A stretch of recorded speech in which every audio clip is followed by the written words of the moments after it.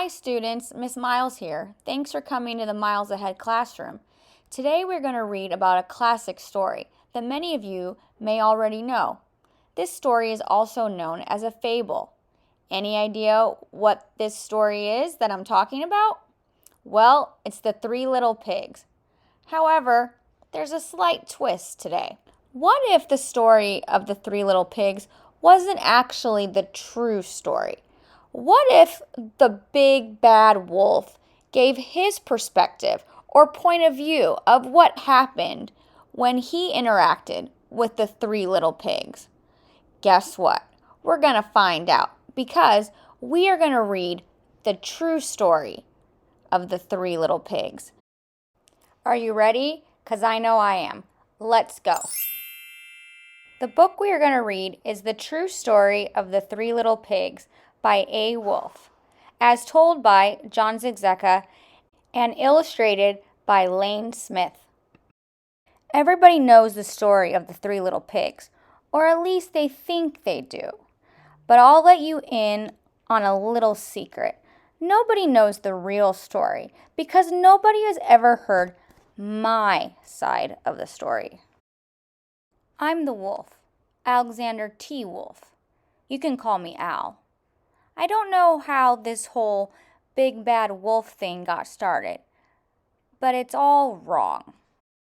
Maybe it's because of our diet. Hey, it's not my fault wolves eat cute little animals like bunnies and sheep and pigs. That's just the way we are. If cheeseburgers were cute, folks would probably think you were big and bad too. But like I was saying, the whole big bad wolf thing is all wrong. The real story is about a sneeze and a cup of sugar. This is the real story. Way back in Once Upon a Time, I was making a birthday cake for my dear old granny. I had a terrible sneezing cold. I ran out of sugar. So I walked down the street to ask my neighbor for a cup of sugar. Now this neighbor was a pig, and he wasn't too bright either. He had built his whole house out of straw. Can you believe it? I mean, who in his right mind would build a house out of straw? So, of course, the minute I knocked on the door, it fell right in. I didn't want to just walk into someone else's house, so I called, little pig, are you in? No answer. I was just about to go home without the cup of sugar for my dear old granny's birthday cake. That's when my nose started to itch. I felt a sneeze coming on. Well, I huffed and I snuffed. And I sneezed a great sneeze. And you know what? The whole darn straw house fell down. Right in the middle of the pile of straw was the first little pig, dead as a doornail. He had been home the whole time. It seemed like a little shame to leave a perfectly good ham dinner lying there in the straw. So I ate it up. Think of it as a big cheeseburger just lying there.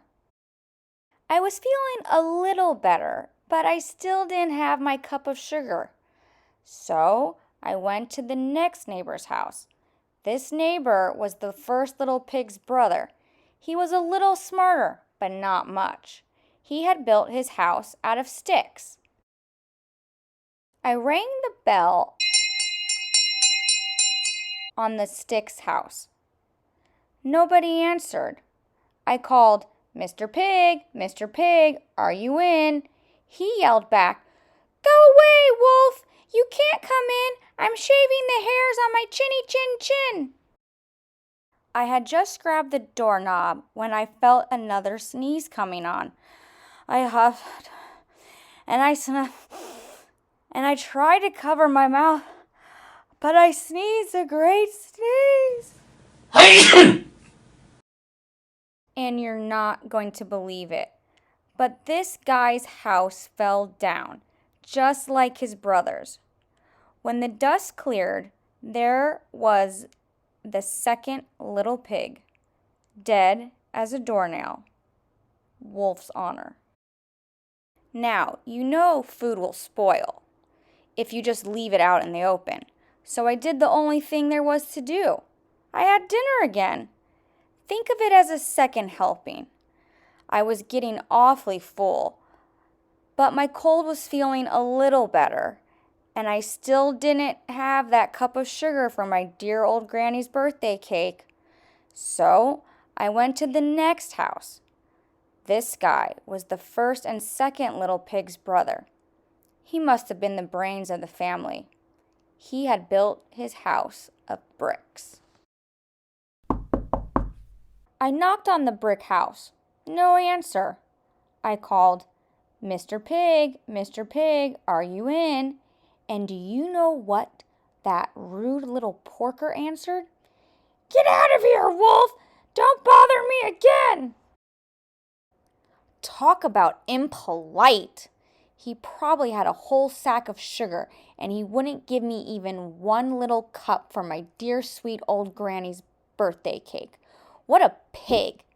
I'm just about to go home and maybe make a nice birthday card instead of cake when I felt a cold coming on. I huffed, and I snuffled, and I sneezed once again. Then the third little pig yelled, And your old granny can sit on a pin! Now, I'm usually a pretty calm fellow, but when somebody talks about my granny like that, I go a little crazy. When the cops drove up, of course, I was trying to break down the pig's door. And the whole time I was huffing and puffing and sneezing and making a real scene. The rest, as they say, is history. The news reporters found out about the two pigs I had for dinner. They figured a sick guy going to borrow a cup of sugar didn't sound very exciting. So they jazzed up the story with all that huff and puff and blow your house down. And they made me the big bad wolf. That's it. The real story. I was framed. But maybe you could loan me a cup of sugar.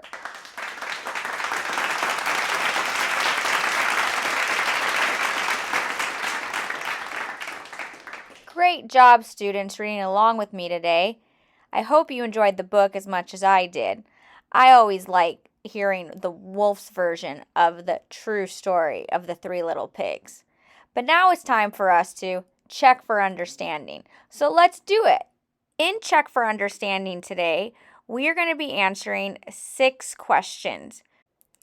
Who, what, where, when, why, and how.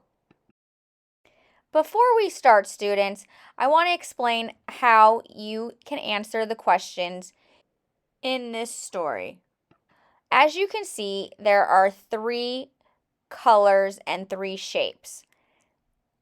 Those colors or shapes are going to help you distinguish some of the answers if you are nonverbal. So you could point to the picture, you could pick up a color to represent what your answer is. You could also pick up a shape to represent what the answer is, or you could have the color and the shape that actually matches. So those are ways that you can answer the questions without necessarily being a verbal student. All right, here we go. Let's do our first question of who. In the true story of the 3 little pigs, who is the story about? Alexander, Al, Wolf, pig who built the brick house, or pig who built the straw house? Which one is it? Take a moment. Of course you figured it out. The answer is Alexander, Al, wolf, blue square. Great. Next question, students. 1 down, 5 more to go. What? What is the story about? Is it about wolf needing new pants? Wolf sneezing when he goes to his neighbor's houses? Or wolf wanting a hamburger? Take a moment. The answer to what is the story about is the wolf is sneezing every time he goes to his neighbor's house. I wonder who his neighbors are. Red circle. The wolf is sneezing. We're on a roll, students. Let's keep going. Where does the story of the true story of the 3 little pigs take place? Does it take place in a jail, a neighborhood, or a school? I bet we could figure out the answer if we look back at the last question. The answer to where does the story take place is a neighborhood. We know that the wolf, Al, Alexander, whatever you want to call him, is sneezing every time he goes to his neighbor's house. And neighbors, neighborhood, there you go. Red circle. Fantastic. We're halfway done. 3 more questions to go. When? When does the story take place of the true story of the 3 little pigs? Does it take place on multiple days, 1 day, or in 1 year? The answer to when does the story take place is 1 day. The story takes place over the duration of 1 day. Red circle. Great. Let's keep moving along. We're almost done. 2 questions left. Why? Why did the story of the true story of the 3 little pigs told by the wolf take place? Was it because the wolf wanted to have a dance party with his neighbors, the pigs? Wolf wanted to borrow some Kleenex for his cold? Or was it because the wolf needed to borrow a cup of sugar to make a birthday cake for his granny? Why did all of this stuff happen to the wolf? What happened? Why did it occur? Think about it, and I'll come back and check on you. Did you figure it out? Well, the answer is yellow triangle.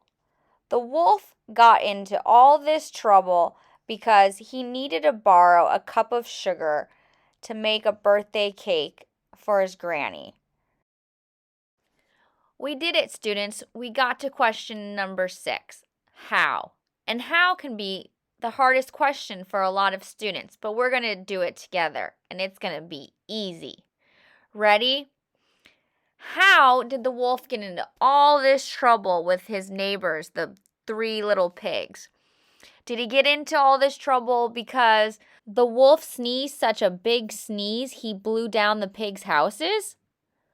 Or the wolf never blew or sneezed the houses down, and the press, the newspaper, made up the whole thing?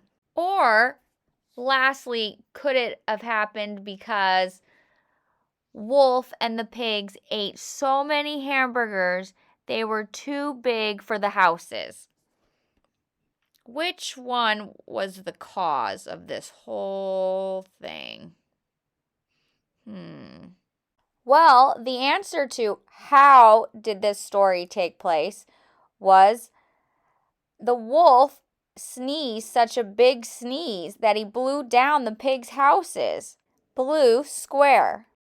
That's how this whole thing happened from the wolf's perspective or point of view.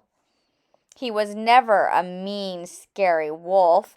All he wanted was a cup of sugar for his granny. It was all made up to make him look like a bad wolf from the newspapers. What do you believe? The story of the 3 little pigs or the story of the true story of the Three Little Pigs as told by a wolf? I don't know which one I believe, but I know which one I like better. Well, class, we did it. We finished the book. I had a great time with you today, and I can't wait for the next one. Until then, remember, you're already miles ahead.